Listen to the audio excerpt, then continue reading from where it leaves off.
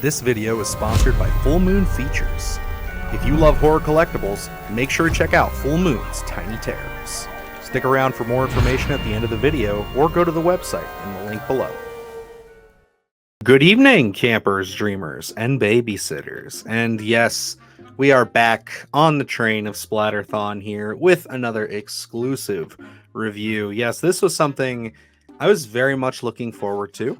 I think that when it first got announced, I didn't really pay too much attention to it until the buzz really started forming around this film a few months ago. And then everybody who, knew who Damien Rugna was started talking about his first film, Terrified, which is apparently just the scariest movie that I've never heard of.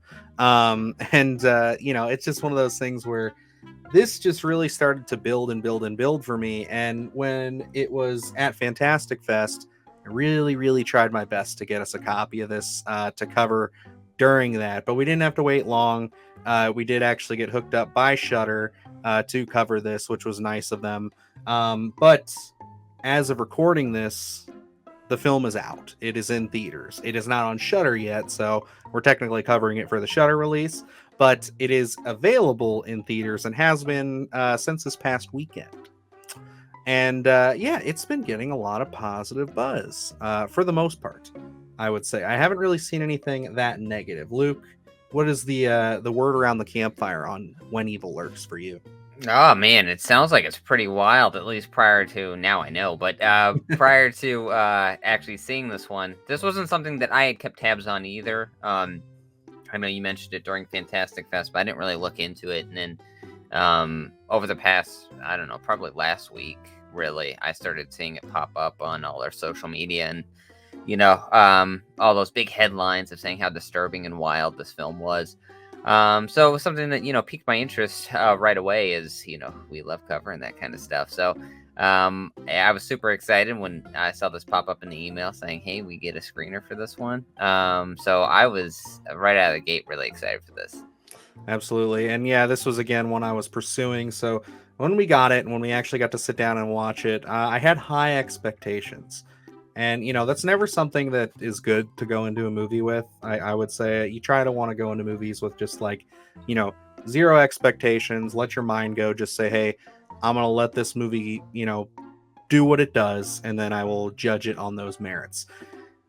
And I got to say, for a movie that I had very high expectations for, I was absolutely gobsmacked by so many sequences in this film. And I'm not just talking about the ones that are meant to be shocking and in your face and holy shit that just happened.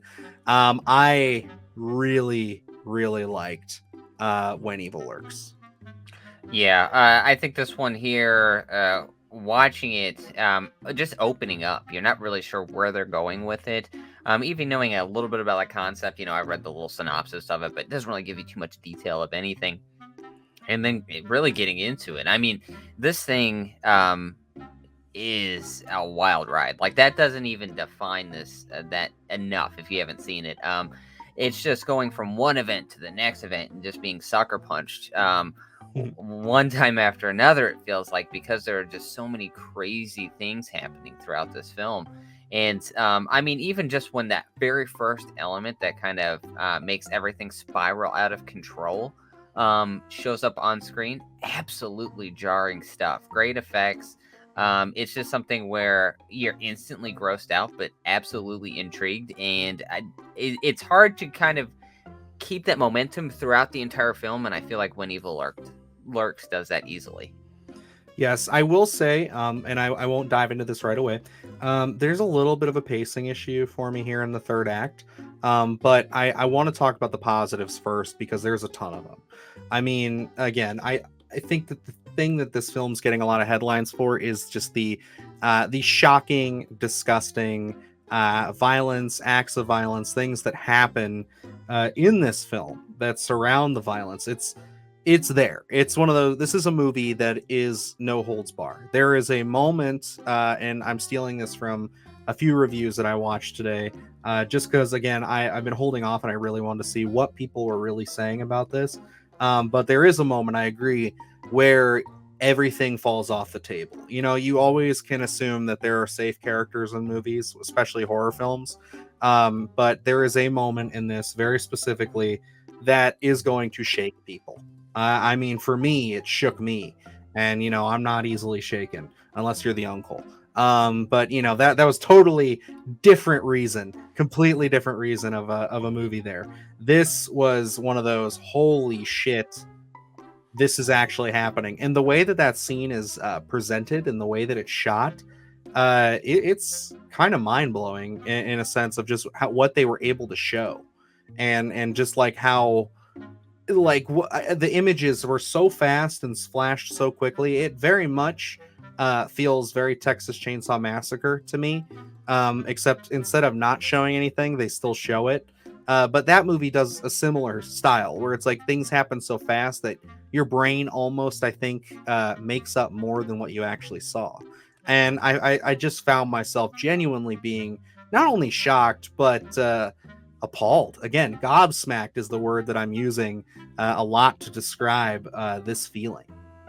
Yeah, and uh, going into that particular instance that you're referring to, obviously, because when you see the film, you're going to know exactly what we're talking about. But you're kind of bombarded with a lot of elements, a lot of moving parts at that point, and you're really just kind of almost mouth on the floor, you know, jaw open, like what's going on here, because there are a lot of things that I think maybe sometimes.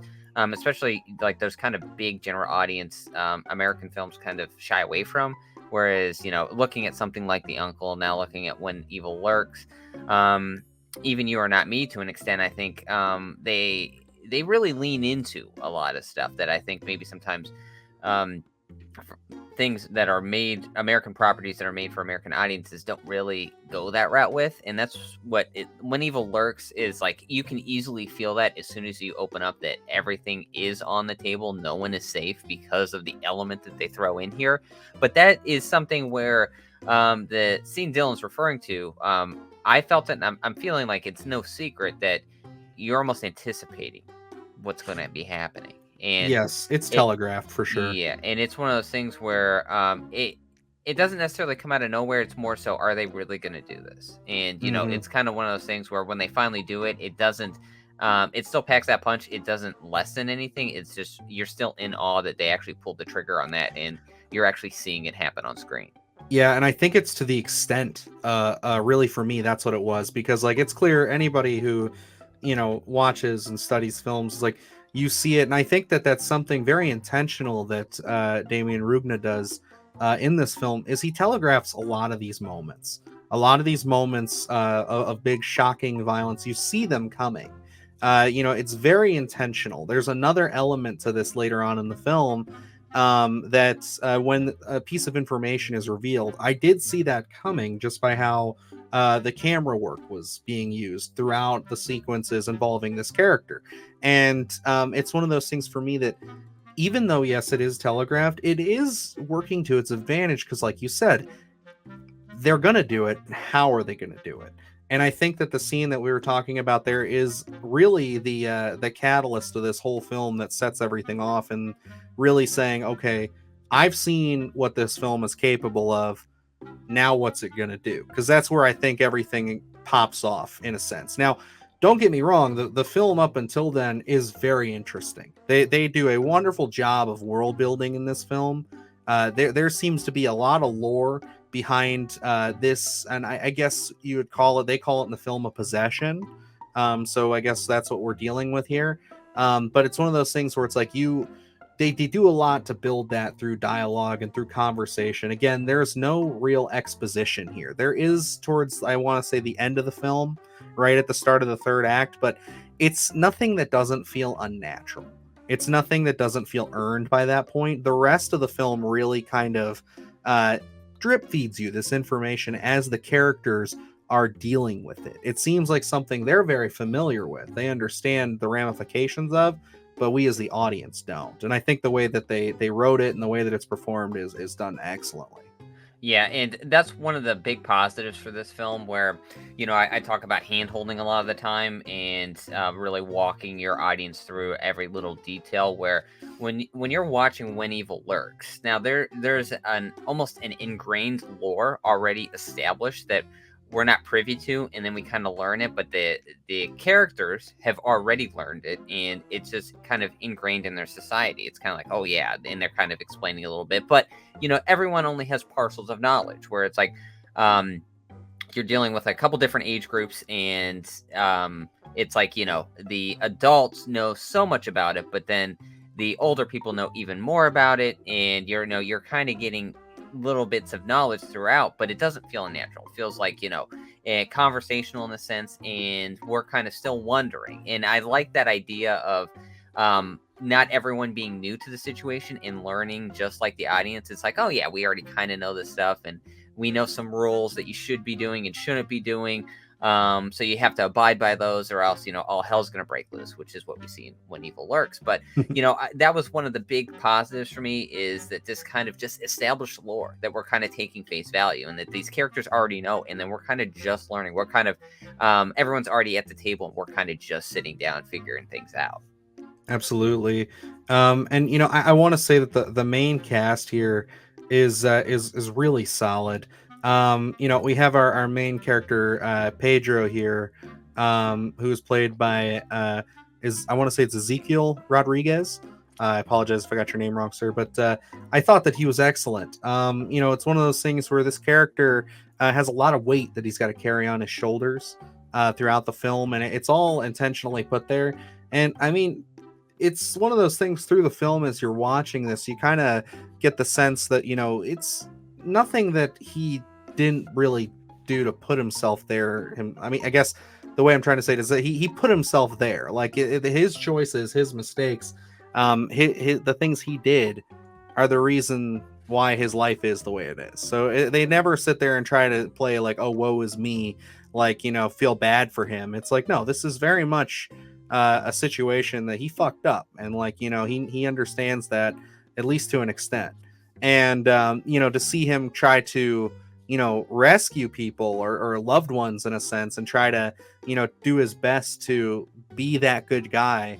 It's really interesting to watch a character like that. I know this is kind of coming out a little bit like word vomit, but it's tough. When you watch the film, though, you'll understand exactly what I mean. Where it's like, we're not dealing with a black and white situation here. These are all gray characters, and I think that they're portrayed excellently. I loved Ezekiel Rodriguez in this. I thought that he brought a lot of gravity to the situation, especially in the final moments of the film. And Damian Solomon, absolutely wonderful. I really thought that he was almost the heart of this film. Really, like, I mean, the shit that he has to go through, and you've seen the image of him in the car. Like, that's what everybody has seen as the promotional image. That sequence in and of itself, and everything leading up to that, is again one of those moments of that shocking violence, and just like, holy fucking shit, this movie is really going there. And I know that's kind of an in-joke between Luke and I when we say a movie went there, but it's they fucking went there. And I thought that both these actors were so convincing in like really making you feel like they were in the moment. Yeah, and going into that character of Pedro, I mean, for me, like, now this film has a frantic pace, and I think that carries over to the Pedro character, where everything, again, we're going from one gut punch to the next gut punch, and we're following, this character throughout this, and he is absolutely frantic, where it's like, I think some of his decisions become frustration for a lot of the audience that are viewing these things, because, again, this is a big positive for me, is this is just a guy in a situation where, yeah, he's making a lot of missteps and mistakes, and he doesn't know exactly. Yes, people are giving him advice, but again, this is something where who knew that you were going to be in this situation? So it's kind of like he is making these mistakes, and normally you can learn from it, but these are vital mistakes, and they're kind of spiraling out of control in this sense. And I absolutely love that. I love the performance there, because I found myself becoming frustrated with the Pedro character and, wanting him to make different choices. But again, it came off authentic because I think in a situation like that, you're dealing with the cards you're dealt, and it's like you're not always in the right headspace. So you're going to make those missteps. We have the convenience of sitting on our couches and in kind of, our armchair quarterbacking and saying, you can do this or you could do that. But, I think that scripting wise, character choice wise, I think it all came off so authentic. Absolutely. And I think that that has to do with, number one, just the caliber of actor that we're dealing with here. These are very much, committed to the role. They're committed to the bit. But also, I think that Damien Rugna has just crafted such wonderful characters. And I think that a part of this is, we always say that when it comes to films and horror films and, movies in general, it's just it always comes down to the writing and the characters and the story you're trying to tell in any project. And that's very much at the forefront of this. And that's why I think when you get to those shocking moments, it's a lot of something that like Terrifier 2 did for me, where it's like, yeah, it's there to shock you. It's there for all the gore and the violence and just this horrible shit that, yes, they're showing you to get that reaction. But it's, in my eyes, it's earned because they're doing the work. They're doing the character work. They're making you sympathize and like these people, and even dislike them at times. And that is really, I think, the perfect balance when it comes to a film like this. There are so many of these disturbing, shocking, like will rock you to your core films that don't do that, and they are just there for shock value. But I would say that these two films are not like that. They are very much, again, they do the legwork, they do what's important. So that way, when that stuff happens, you can sit back and say, yeah, that was gory, and some of that shit was probably pretty unnecessary. I don't think in this film specifically, but in Terrifier, sure. But, it's one of those things where it's like, they can do whatever the hell they want at that point because I'm on board with the people that I'm watching. Yeah, and that kind of goes into maybe something where the jury was out for me at the start of this film because I wasn't sure if they were just stringing together jarring scenes just for the sake of doing so and making that a talking point. Then by midway through it, I'm like, okay, they've earned a lot. And I know you had mentioned a pacing issue. For me, like there are some, I guess I don't want to say full exposition dumps, but there's knowledge where you're learning different things, I think. And there's some character work going on, and the pace does slow a little bit. But for me, like I feel like again, you've earned that, and I think we need that break a little bit sometimes. And one of the things for me where I think sometimes even throughout this film continues some extreme violence. And for me, I think for my taste, I think when you've bombarded us so heavy, I think you can slow that down and really dial it back because you've earned it. You've got the credit. We're good. So it's like for me, there are a couple scenes toward the end of the film that are kind of a little more extreme in terms of the violence perspective, which I don't know necessarily if you needed it, just because it's like, hey, you've earned your stripes at this point. We're good. And we can just really focus on kind of building up the tension there and, kind of getting resolution in some sort of sense. So there were a couple things for me that I was like, I don't know if this is needed, but, especially for that first half, I was like, you're knocking this out of the park. Absolutely. And, I will get into my criticism real quick. And it's not a very big one. And it is something that I think could grow on me the more that I watch and consume this film. But it is one of those things where I feel like in the third act, we do reach a point where there's a certain exchange between two characters that just kind of feels like we're going back and forth unnecessarily. It's almost like we get to a place and then we're like, well, we're going to go somewhere else. No, we're not. We're going to go back. No, we're going to go somewhere else. No, we're not. And it's just like, at that moment in time, I just really felt like we were meandering and kind of padding for time. And it did kind of take me out for a minute.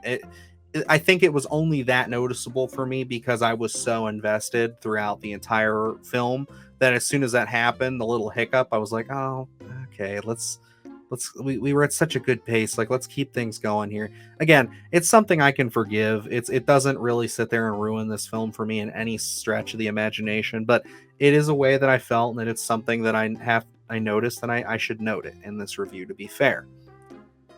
Yeah, and for me, I know what you're talking about. Like for me, I think at that point for me it got a little more psychological, I guess, where it was like kind of almost playing a game. I think a little bit, and kind of not being able element of distrust in a sense.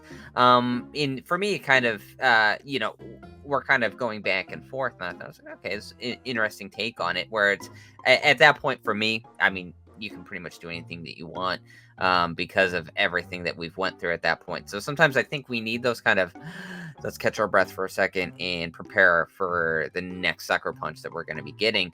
And I think they achieved it, especially the kind of the resolution that we get here. I was a big fan of it. It's one of those things where I'm not going to give it away, but there's an old adage I always say that I think maybe you should end on, and I think I think it's done perfectly. Absolutely, I agree. The ending is one of those things that just will stick with me for sure. I love the final moments of this film. It is one of those things where it is one element that is kind of left hanging for a minute, and then you're just kind of like, well, hold on a second, we didn't really get any, and then it happens, and you're like, oh my god, wow, that's fucking great. I loved everything about that, and I think that um, when you talk about they can kind of pull back and they can do it a little bit more subtly, I think that's why it works so well, is because that is a very subtle moment, Yeah. as opposed to all of this very violent and graphic shit.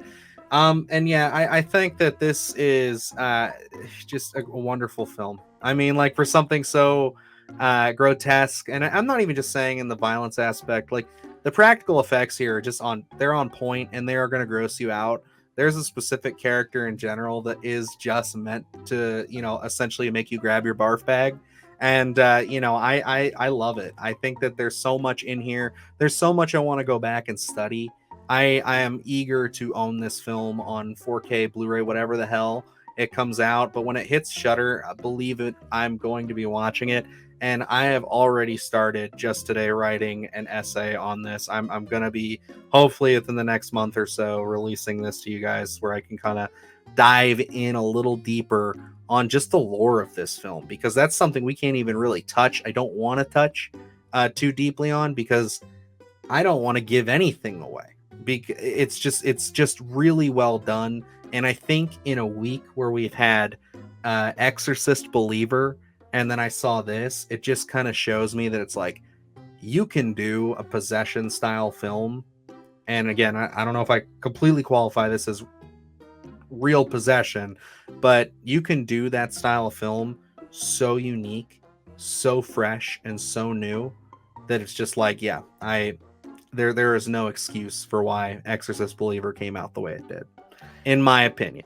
Yeah, and again, this is such a fresh take on something so new, and it's one of those things where I know we've had our discussions in terms of possession films, and what do you do to really kind of expand the lore? There's something there, but where do you go? And I think this is honestly a masterclass in how you do that, how you bring something new, how you bring something fresh to a subgenre that has been played out for decades, because this is something that is absolutely so intriguing. It's yeah, the gore's great, the effects are great, but the story here and the way it's presented for me was just something that really pushed this one over to be a really great film.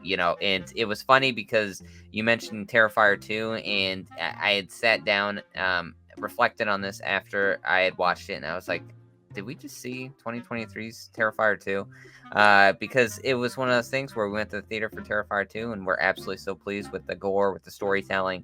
And then after this one, I can say I'm pleased with the exact same things. I agree. This could be Terrifier's, or 2023's Terrifier 2 for sure. I think it's awesome. I am now in the cult of Damien Rugna. I want to see more from this gentleman. I think that he's got a lot of promise. I will be going back and checking out Terrified. I've never seen it, but I was talking with Alex King over at Beyond the Void podcast today, and think I've decided that that's going to be the film I watch on October 31st, just because if it makes me feel anything like this, and he says it's better than this, I'm ready for that. That's a good pick for me. But yeah, I think this and Talk to Me have just done some wonderful things in the possession genre, in this kind of abstract entity like genre, and I love them both, and I Taking cannot wait chances, to, building your yeah, own lore. I mean, it's what you got to do nowadays, you know? it is, and it's like it really comes down to, again, characters, writing, all that, the basics. Yes, that is essential, but I really think what's pushing a lot of these films that I loved this year over the edge, and especially When Evil Lurks, is just like taking a concept and really injecting new life into it and making it something wholly new and your own. There can be familiar elements, of course, but like just the risks that these filmmakers are taking. That's why I love these movies, man, and that's why I'm already. You guys know this is a must see for me. If you're a horror fan, no doubt in my mind, this is a must see. Yeah, and I'm gonna second that. That this is an easy must see. Eh, before the year's out, before you compile your list of best horror films, dare I say even just best films in general. I think When Evil Lurks, it needs to be watched because I think it's gonna easily be in that discussion. Absolutely, I couldn't agree more with you. But I think that's enough for now. We're definitely going to want to probably talk about this, dive into it. Like I said, I'm working on something for this, and I'm sure I can get Luke involved in a heartbeat because I'm sure he has more that he'd like to say. But yeah, guys, definitely check this thing out. If it was closer, I would definitely try to go see this in theaters. It's also a breeze. It's only an hour and 39 minutes. Flew So by. again, it hits that sweet spot, like Luke likes to say, where it's like, you're in that hour 30, hour 40 mark. Hey, you're perfect. So it hits that for you, and I do want to check this out. But if you can, if it's much closer to you, go out and see this, especially as we get closer to the Halloween weekend. This is the perfect film to throw on if you really want to feel impacted and freaked out and ready to go for Halloween this season. I think they released it at a beautiful time, and yeah, I'm all in. I'm all in on this one, guys. So definitely check it out. But other than that, we got a lot of great stuff on the channel. Of course, we're continuing on with our Splatterthon coverage with some more videos, more things. I think there's a particular date coming up here. I think tomorrow is something important with a hockey mask killer. I don't know. I'll have to get back to you on Doesn't that ring one. a bell. But we might have some content, might not. Probably will, though, of that variety. So keep your eyes out on that. And of course, got a whole bunch of other stuff coming for you guys. And yeah. I guess until next time, I am Dylan Newell. And I'm Luke Janesco. And remember, stay scared.